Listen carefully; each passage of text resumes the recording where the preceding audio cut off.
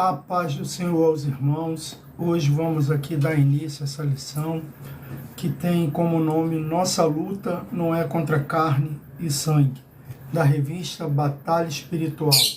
Espero que Deus possa me usar para ser canal de bênção na vida de cada um de vocês que vão entrar aqui nessa live hoje para ouvir a voz de Deus. Antes de mais nada, vamos começar com a nossa oração.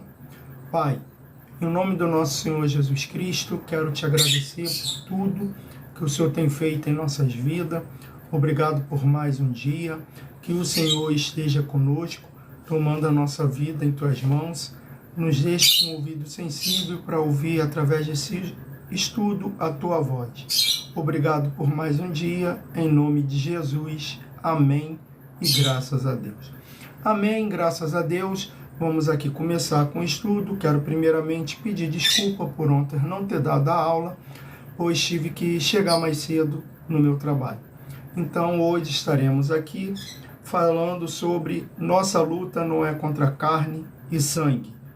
O nosso texto áureo vai falar: porque as armas da nossa milícia não são carnais, mas sim poderosas em Deus para a destruição das fortalezas.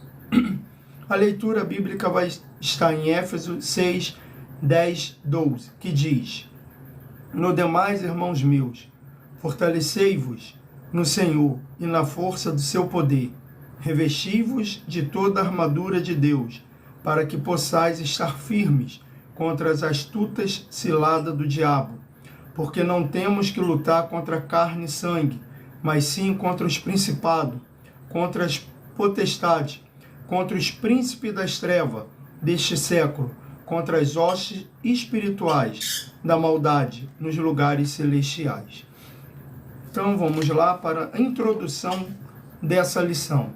A introdução dessa lição vai dizer: o tema da presente lição trata dos poderes ocultos das trevas e de como se proteger deles, pela força do poder de Deus. Embora o apóstolo Paulo não apresenta a origem nem a biografia do príncipe das trevas, ele nos ensina a importância de conhecer as astutas ciladas do nosso inimigo. O diabo já perdeu a peleja, mas continua fazendo estrago nesse período entre o início e o final da jornada da igreja. O primeiro tópico dessa lição vai nos dizer a inclusão do tema no final da epístola. Os 3 capítulos iniciais de Éfesos são teológicos e os outros 3 são práticos, uma perfeita combinação de doutrina cristã e dever cristão, de fé cristã e vida cristã. Mas de repente o apóstolo Paulo nos surpreende com no demais, encerrando a epístola como um assunto de vital importância: a luta contra o reino das trevas. O ponto 1 desse tópico vai dizer, no demais. O apóstolo Paulo parece usar essa expressão para introduzir a conclusão. Isso não é nenhuma anomalia, visto que Paulo emprega essa estrutura em outro lugar, em 2 Coríntios 13, 11, e 1 Tessalonicenses 4, 1 e 2 Tessalonicenses 3, 1.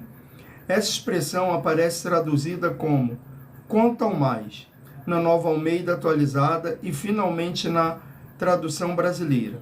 Mas não devemos perder à vista que o termo paulino significa literalmente desde agora. Que diferença isso faz? Muito no caso do verso 10, a ideia de que, daqui para frente, o conflito contra o reino das trevas será contínuo, até o retorno de Cristo.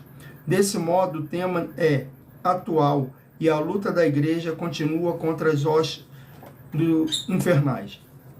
Paulo nos ensina aqui que a gente tem que lutar não é contra a carne, não é contra o irmãozinho, não é contra o amigo de trabalho, não é contra o amigo de escola, aquele que pega no seu pé, aquele que implica com você, o seu vizinho que muitas das vezes você passa, nem te dá bom dia, você dá bom dia e ele nem te responde, vira o rosto. Não é contra as pessoas. O que Paulo está dizendo aqui é que a nossa luta é contra as artimanhas do diabo. ele já é um derrotado, já está derrotado, mas ele continua fazendo estrago na vida das pessoas. Por quê? A gente olha assim, muitas pessoas às vezes já não têm capacidade, o inimigo ele já não tem capacidade de tocar na sua vida, fazer da tua vida o que ele quer. Por quê? Porque a tua vida agora está nas mãos do Senhor, a não ser daqueles que ainda não entregou a vida para Cristo. Aqueles que ainda não entregaram a vida para Cristo ainda correm um grande risco. Qual é esse grande risco? Ele ainda corre o risco de ser boneco na mão do diabo, fazer aquilo que ele deseja fazer na tua vida. Então, se você ainda não entregou sua vida para Cristo, entregue, porque só assim você vai conseguir combater os artifícios que o diabo usa contra a sua vida. Porque nós só combatemos as hostes do mal quando nós estamos com Cristo. Porque a nossa arma, ela, como aqui o texto falou, nossa arma não é uma arma carnal, não é uma espada, não é uma arma de fogo, mas sim uma arma espiritual. Muitas batalhas que acontecem em nossas vidas não é provocado pelo mundo espiritual. Então nós temos que tomar esse cuidado. Se você quer vencer as artimanhas e os artifícios do diabo, entregue sua vida para Cristo. Fortalecei-vos no Senhor e na força do seu poder. Jesus disse certa vez, sem mim nada podereis fazer. João 15:5. Paulo empregou a voz passiva para fortalecer-vos isso. Isso mostra que não se trata meramente de esforço humano, mas da completa dependência do Senhor. Do Senhor Jesus. A expressão força do seu poder é um enérgico pleonasmo, figura sintaxa pela qual se repele uma ideia com outras palavras, para proporcionar elegância ou reforço. A expressão usada aqui para reforçar a magnitude do poder de Jesus, esse poder provém do Espírito Santo. É a atuação da Trindade da vida da igreja. Então, o que acontece? Muitas das vezes, a gente não consegue vencer uma batalha. Por quê? Porque ela não é carnal, mas sim ela é espiritual. Quando a batalha é carnal, a gente vence com as armas carnais. Mas quando ela é espiritual, nós vencemos com as armas espirituais. Quais são essas armas espirituais? É quando nós nos reforçamos, nós nos juntamos com a Santíssima Trindade, buscamos ela todos os dias, buscamos o Pai, o Filho e o Espírito Santo. Então é nisso que temos que fazer, é buscar o Senhor todos os dias, nos reforçar. Quando um soldado sai para a guerra, antes de ele sair para a guerra, ele treina.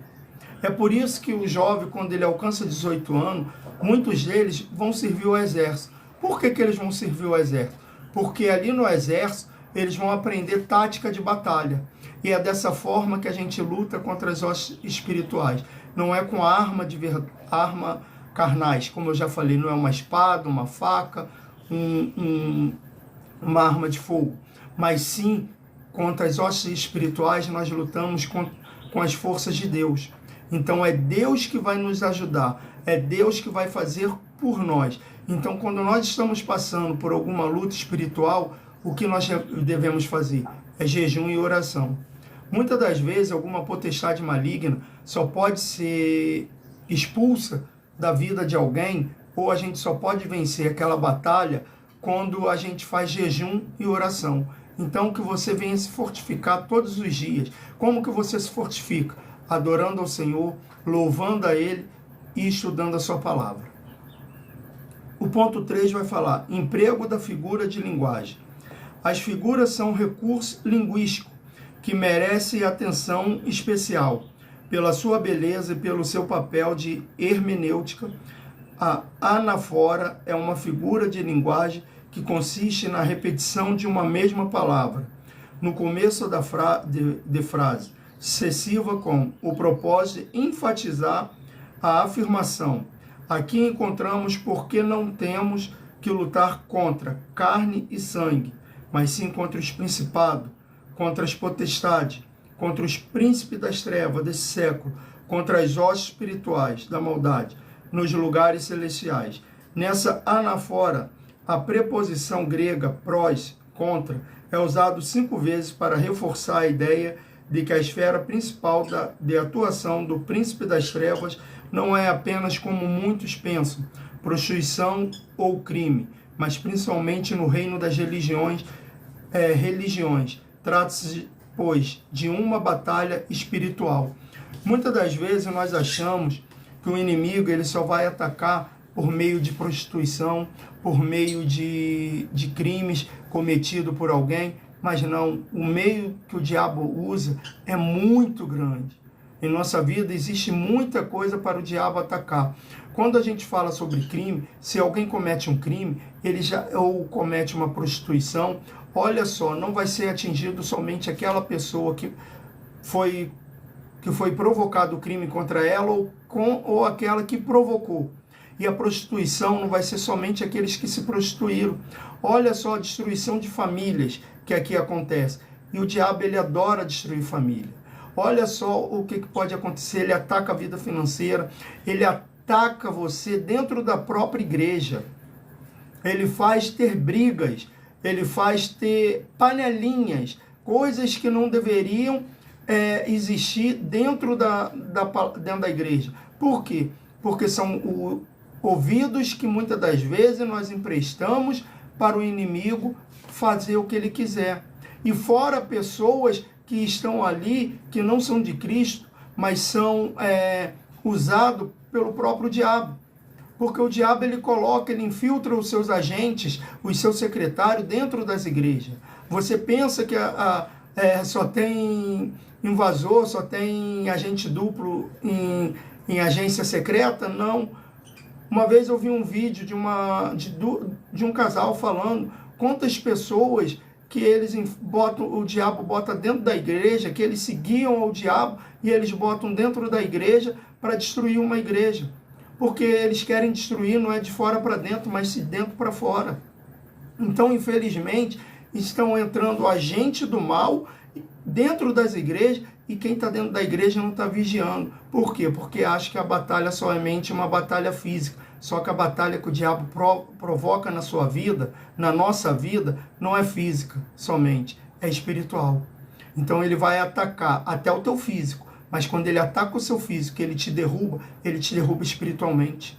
Porque imagine alguém dentro da igreja tendo uma traição. Como que vai ficar aquela pessoa que foi traída? Aquela pessoa que foi traída, ela muitas das vezes vai estar fraca, ela vai estar chateada, ela vai estar triste. E aí vem um outro agente de Satanás para falar no ouvido dela, tá vendo aí? O que adianta você estar aqui dentro? Ou então aquele que traiu e se arrependeu, alguém pode chegar para ele e falar, tá aqui fazendo o quê? Você não traiu seu esposo, não traiu sua esposa? Era melhor você estar lá fora. Não é para que você está aqui. Olha só o que o diabo faz. Ele age na mente das pessoas. E se a gente demole, ele vai agir na nossa mente. Então é por isso que devemos colocar a armadura. O que diz em Efésios 6, vestir a armadura de Deus, para que a gente esteja protegido, esteja sempre em comunhão com o Senhor. Porque quando ele atirar os seus dardos inflamados, não vai nos atingir. Amém. Quero agradecer a todos que estavam aqui hoje assistindo a live. Que o Senhor Jesus venha continuar abençoando a vida de todos. Amanhã eu darei continuidade dessa lição. Então oremos e muito obrigado a todos que assistiram e ainda vão assistir nas redes sociais. Oremos. Pai, em nome do nosso Senhor Jesus Cristo, quero te apresentar as vidas das pessoas que assistiram e ainda vão assistir. Que o Senhor continue com cada um de nós, que a nossa vida esteja em tuas mãos, sua vontade venha a ser feita. Não permita que nenhum mal nos aconteça e nos dê um ótimo dia.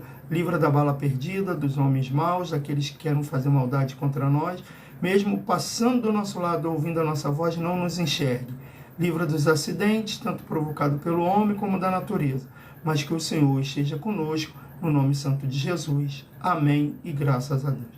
Amém, graças a Deus. Até amanhã, na próxima live. Que o Senhor Jesus vos abençoe a cada um de vós.